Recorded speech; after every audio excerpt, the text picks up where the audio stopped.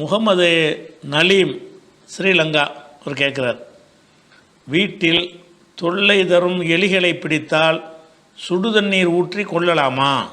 இதற்கு இஸ்லாத்தில் இடம் இருக்கிறதான்னு கேட்குறார். அதாவது எலி தொல்லைப்படுத்தின்னு சொன்னால் எலியை கொல்வதற்கு பொதுவாக மார்க்கத்தில் அனுமதி இருக்குது. எப்படி இருக்குன்னு கேட்டால் ரசூல்லா சொல்கிறாங்க, புகாரில் 1828 ஹதீஸில் இருக்கிறது, ஹம்சுமின தவாபி 5 உயிரினங்கள் லா ஹரஜ அலாமன் கத்தல ஹுன்ன, அதை கொன்றவர் மீது எந்த குற்றமும் கிடையாது, அதை கொல்லலாம். ஒன்னல் குராபுன்னா அந்த காகத்தை பற்றி முந்தி ஒருக்கா விளக்கியிருக்கோம். காகம்ங்கிறது 2 வகையான காகம் இருக்கிறது. நம்ம நாட்டில் உள்ள சாதுவான காகங்கள் இல்லை. அங்கே உள்ள குராபு என்பது ரொம்ப கொடூரமாக புதை குழியிலெல்லாம் போய் பிணத்தையெல்லாம் தோண்டி திங்கக்கூடிய காகம்னு ஏற்கனவே உங்களுக்கு விளக்கி இருக்கிறோம் ஒரு கேள்வி பதில்ல. அந்த மாதிரியான ஒரு காகம், ஒரு ஹிதாயத்து பருந்து, ஒரு ஃபாரத்து எலி, ஒரு அக்ரபு தேல், ஒரு கல்புல்லா ஒரு வெறி நாய். அப்போ வெறி நாய், தேல், எலி, பருந்து, காகம் இவற்றை ஒருத்தர் கொண்டுட்டார்னு சொன்னால் அவர் மீது குற்றம் இல்லை அப்படின்னு ரசூல் ஸல்லல்லாஹு அலைஹி வஸல்லம் சொல்கிறாங்க. இது புகாரில் 1820 கோழி எலியை கொள்ளலாம், எலி கொள்ள தப்பில்லை.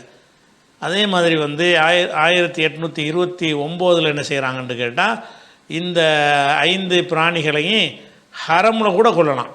ஹம்சுமின தவாபி குல்லுஹுன்ன ஃபாசிகுன் யகுத்துலுஹுன்ன ஃபில் ஹரமி. ஹரமில் எந்த உயிரினத்தையும் கொல்லக்கூடாதுல்ல. ஹரம் என்று சொன்னால் மக்காவுடைய அந்த புனித தலத்துடைய எல்லை, புனித எல்லை. அந்த புனித எல்லைக்குள்ளே எந்த உயிரினத்தையும் கொல்லக்கூடாது, வேட்டையாடக்கூடாதுலாம் இருக்குதுல்ல. அதுலேருந்து கூட இது விதிவிலக்கு. அங்கே எலியை நீங்கள் கொல்லலாம், அங்கே தேள் வந்தால் கடிக்கலாம், அங்கே வெறிநாய் இருந்தால் கொல்லலாம். அப்போ அதில் கூட செய்யலான்ற அளவுக்கு புகாரி 1829 ஹரமில் கூட கொள்ளலாம். 3314 இந்த 2 ஹதீஸ்லையும் ஹரமில் கூட கொள்ளலாம்னு இருக்கிறது. ஹரமில் விட்டு தள்ளுங்க, ஒருத்தர் இஹ்ராமும் கட்டியிருக்கிறார், ஹரம்லையும் இருக்கிறாரு, அவரும் ஹஜ்ஜுக்கு உம்ராவுக்கு இஹ்ராமில் இருக்கிறார். அந்த இஹ்ராமில் இருக்கும்போதும் கொள்ளலாம். இஹ்ராமில் இருக்கும்போது இன்னும் கூடுதல் கண்டிஷன் இருக்கும்ல, அப்படிப்பட்ட ஒரு நிலையில் இருப்பவர் கூட என்ன செய்யலாம்னு கேட்டால் கொள்ளலாம்னு சொல்லி புகாரில் 3315 ஹம்சுமின தவாபி மண் கத்தல உண்ண ஓஹோ முஹரிமுன் ஃபலா ஜுனாஹ அலைஹி.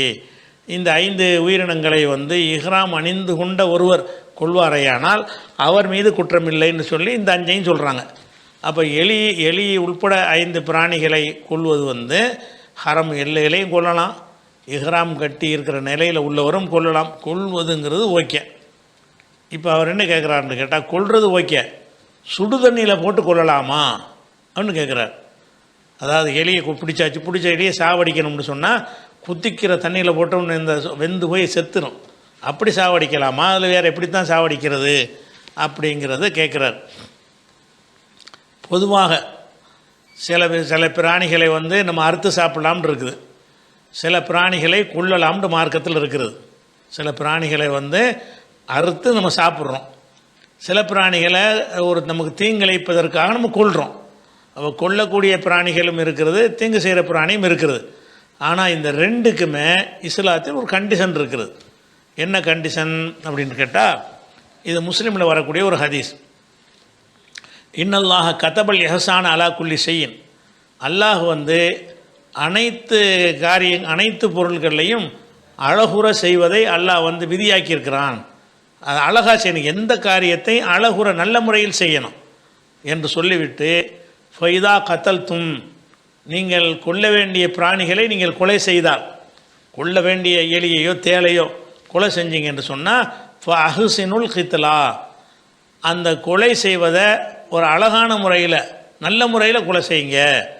ஒய்தா தபஹ்தும், நீங்கள் அறுத்தீங்கன்னா, திங்கிற பிராணிகளை அறுப்பதாக இருந்தால் ஃபஹ்சினு தபஹ, அறுக்கிறதையும் அழகுற செய்யுங்கள் அப்படின்னு சொல்லிவிட்டு அதுக்கு ஒரு விளக்கத்தையும் சொல்கிறாங்க ரசூலுல்லாஹ். ஒல் யுஹித் அஹதுக்கும் ஷஃப்ரத்தஹு, உங்களில் ஒருத்தர் அதை அறுக்கக்கூடியவர் தன்னுடைய கத்தியை நல்லா கூர்மையாக்கி கொண்டு ஃபுல் யுர்ஹித் அபீஹத்தஹு, அந்த அறுக்கப்படுற பிராணிக்கு அதை சுகமளிக்கட்டும். ராகத்தான முறையில் கூர்மையான கத்தியாக இருந்தால் ஒரு இழுப்பில் தூரம் செத்துரும் டக்குன்னு, அதுக்கு எந்த ஒரு வேதனையும் இருக்காது, அந்த மாதிரி செய்யட்டும்னு சொல்கிறாங்க. இதில் ரசூல் ஸல்லல்லாஹு அலைஹி வஸல்லம் அவர்கள் அறுக்கிறதுக்கு மாத்திரம் அறுக்கிறதையும் சொல்கிறாங்க, கொல்றதையும் சொல்கிறாங்க. 2 விஷயம் அதில் இருக்குது. அறுக்கிற பிராணியையும் நம்ம என்ன செய்யக்கூடாது, முரட்டுத்தனம் அதை அந்த மாதிரி கஷ்டப்படுத்தி அறுக்கக்கூடாது. அது இல்லாமல் கொள்றதா இருந்தாலும் அதை வந்து இப்போ சுடுதண்ணில் போட்டு வேக வைக்கிறதுங்கிறது அது அழகான முறையில் கொள்றதா? எலியை நீ கொள்ளலாம்னு இருக்குது, எலியை கொள்ளலாம்னு சொன்னால் ஒரு மண்டையில் ஒரு போடு அது முடிஞ்சிடும், அதோட சரியாக போயிடும். துட்டிக்க அப்படிங்கிற மாதிரிலாம் வர்றது இருக்குல்ல, அது மாதிரி சின்ன குச்சி வச்சுக்கிட்டு குத்துரு நூற்றுக்கணக்கான குத்தி அதை சித்திரவதைக்கு ஆளாகி அப்புறம் சாவடிக்கிறது அப்படின்னு இல்லாமல் ஒரு போட்டில் முடித்து சாவடிச்சிடணும்.